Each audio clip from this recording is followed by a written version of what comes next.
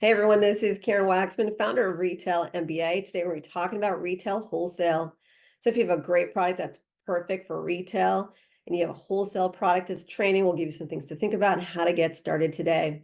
With that said, let's talk about retail wholesale. So let's talk about starting to sell to retail chains. A common question that comes up all the time in my workshops and classes is how do I start selling to retail chains? I have a new product or I have a product and I want to sell to stores. And the first thing you need to do, honestly, is you need to get retail ready. You can't just go after a retail chain without being retail ready, meaning that your pricing is correct for stores, that your packaging is accurate, that you have all the different softwares and things set up properly, insurance. There's a whole slew of things that you have to do in order to work with retail chains.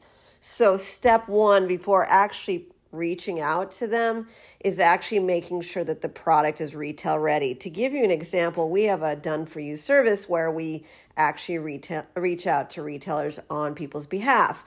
We, for years, just sold a training and coaching system and other things. But the service came up because people were asking us to reach out to stores. My point in sharing that with you is people will have to fill out a form before I can actually even consider going after stores for them. And that form will include, I need to see imagery and I need to see your product pricing and all these things. I need to know what you've set up so far so that I could actually take an assessed look. And then if I believe that you're actually retail ready, meaning I can literally go after a store tomorrow, that's when I start selling to retail chains, hopefully with you if we worked out the details. The point is that I need you to have a lot of things done for me to do my job. And a lot of people get so overzealous, so excited about selling the stores that they don't have these things in place. Now, the good news is if you want to know what you need to do, we actually have a training and coaching system called Retail MBA. And honestly, it'll walk you through everything there is to know about selling a retail chain, the prep part, and all the details. But for me, as a person who sells products to stores, that's what I need first. I need it to be retail ready. And there's no exceptions because if I brought a buyer an idea at a chain store, she would be mad at me. She doesn't have time to look at products that are really ideas, unless it's like a family friend and they're nice enough to look at stuff. But generally, they want a product they can buy on the spot. Otherwise, don't bother them. And you actually are deterring yourself from making money. So in regards to the starting part, it's actually doing that part properly. And that's actually not quick. It's not a quick thing to do. The hardest part is the prep part for stores. The easiest part is the actual reach out and trying to get a buyer to buy, and then the tweaks associated with that. It's much harder to prepare a product for stores that will actually convert into a sale. Like when people come to me with a product and they've done their packaging and everything, sometimes you did it completely wrong. And it's not going to work for a store. That's scary. That's infuriating. That's frustrating.